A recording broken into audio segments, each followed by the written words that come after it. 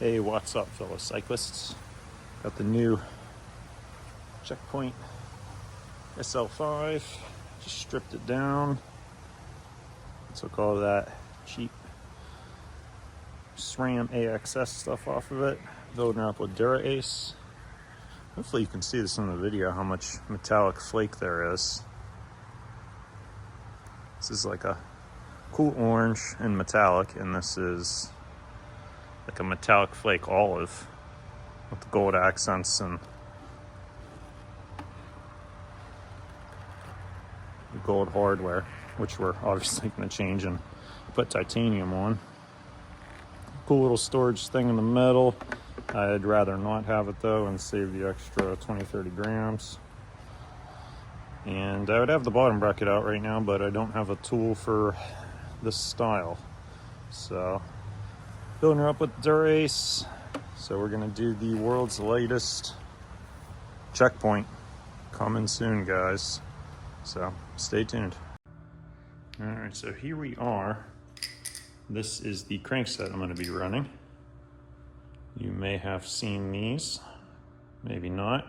So it's a Chinese, well, every single part you get on your bike, whether it's Shimano or whatever, is Chinese. And if you want to get into that debate that made in Taiwan is not China, well, that's a whole nother story. But anyways, these are an AliExpress carbon crankset. This is super light. It is almost as light as my ludicrously expensive carbon FSA crank I'm running on the Madone. This weighed in, sorry, check the comments or the description. I forgot how much it was, but it is like 130 grams lighter than Dura Ace, so that's why I'm running it. 172 is the biggest crank length they make, unfortunately, so that's what we're running here. 172.5. I'd rather have a 175, obviously, but that's what we're stuck with. So direct mount chain rings. We can barely fit the 46 on here. Truck says 44 is the biggest you can run. This definitely clears. I just had it in there to check it out. I really want to run a 50. That's probably not going to happen unless I screw with the Q factor of it and try to space it out on the one side, which means I have to space it out equally on the other side. And I really don't want to change my, pedal pattern since I'm, have a well-developed setup. So we're gonna see how these go. The price on this is like a throwaway. I mean, these things, they're giving these away, they're free. They're $175 for everything you see here. So crazy deal. Like my carbon crankset on the Madone was nearly $1,000. So to put that in perspective, you can get like 8 of these things or 7 of these for the price of that. So this whole bike, the story behind it was, I moved to Thailand and I wanted to get a cheap beater bike. And so I was gonna take my Pinarello, which, obviously is not a cheap beater bike, but it was like 10 grand less than my Madone when you add it all up. So what bike did I take to Thailand with me? Of course, I took my most expensive bike, and the roads were so poor I couldn't ride it. And then I broke my foot on the last day I was there after I decided Thailand wasn't working. So I basically did no riding at all for the 3 months I was there, broke my foot, and now I'm not gonna be riding for absolute certainty another like 6 to 8 weeks. So basically we're looking at beginning of this year, I took a month off for another injury. Lost 100 watts basically, got that back, then took the 3-month break in Thailand. Now I broke my foot, so basically this is going to be the worst year ever. And at this point, I was going to try to shoot to break 400 at some point in 2025, just 400 watts for 20 minutes. And there's just no way on earth that's going to happen this year. If I can get to 5 watts per kg again by this time next year for Christmas of 2025, I'll be happy. So basically worst year ever, and I wanted to pick up this bike. As soon as I saw them come out with these, I was like, man, that's a cool looking frame. Trek is, well, I'm not gonna say they overbuild stuff, but you really don't hear about Treks breaking. Their stuff is, you know, they've been the heaviest bike in class for basically since they're, you know, since 2010 anyway. I can't really tell you too much beyond that.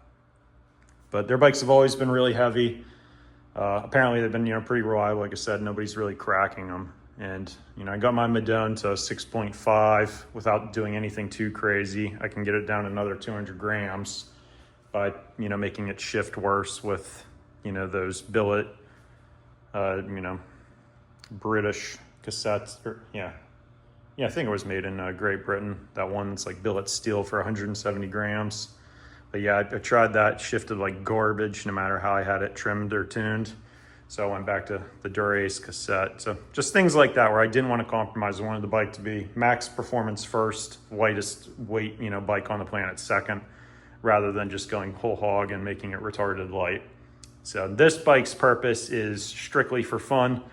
This was supposed to be a beater bike. And I use the term beater loosely, but I mean just take it where it's like, it looks like it's gonna rain 50-50. Which bike am I gonna take, you know, or am I gonna not ride because there's a good chance it's gonna rain on me? I'm just gonna take this thing. So something I don't have to clean. I don't, you know, wax it, you know, every week. I don't detail it. I don't, you know, worry about scratching it, nicking it, road grime. There's tons of sand here in Florida. You know, I'm in the middle of nowhere, Florida again. So basically this was gonna be, I paid, what was it? I got a decent price on it, but I sold the group set and everything with it. Basically, I gave everything away. So they only sell the frame set on this is like a gray, like a flat, dark, earthy gray with like purple accents. It's like gray and brown or something. And it doesn't look too good as a frame set. And this is the color I think you want. So I'm not sure if I can attach that quick short I just took, or if you have to watch that, I pulled the frame out in the sunlight. This paint job is amazing in the sun. It looks like garbage on the camera and with this weird eggshell, you know, garage paint.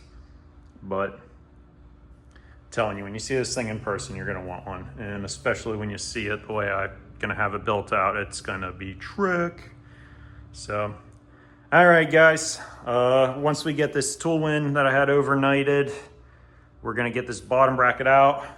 We're gonna get this crank in there for you. And once I get the bottom bracket out, I'll be able to run the lines through it because we're having trouble getting the Di2 cable to go in through here. It's hitting like a wall.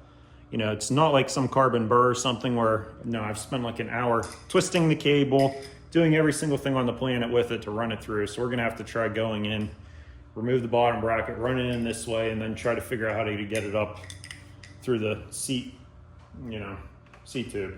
But on looking down with the flashlight, there's all kinds of shit in here. Like there's mounts for the bolts on here. There's other, it's gonna be hard running the wires through on this bike, to be honest. And not looking forward to it, but that's always the worst part of putting a bike together is running the darn wires and running the brake lines. So, but at least we're not running SRAM anymore. All right, guys, ride safe out there.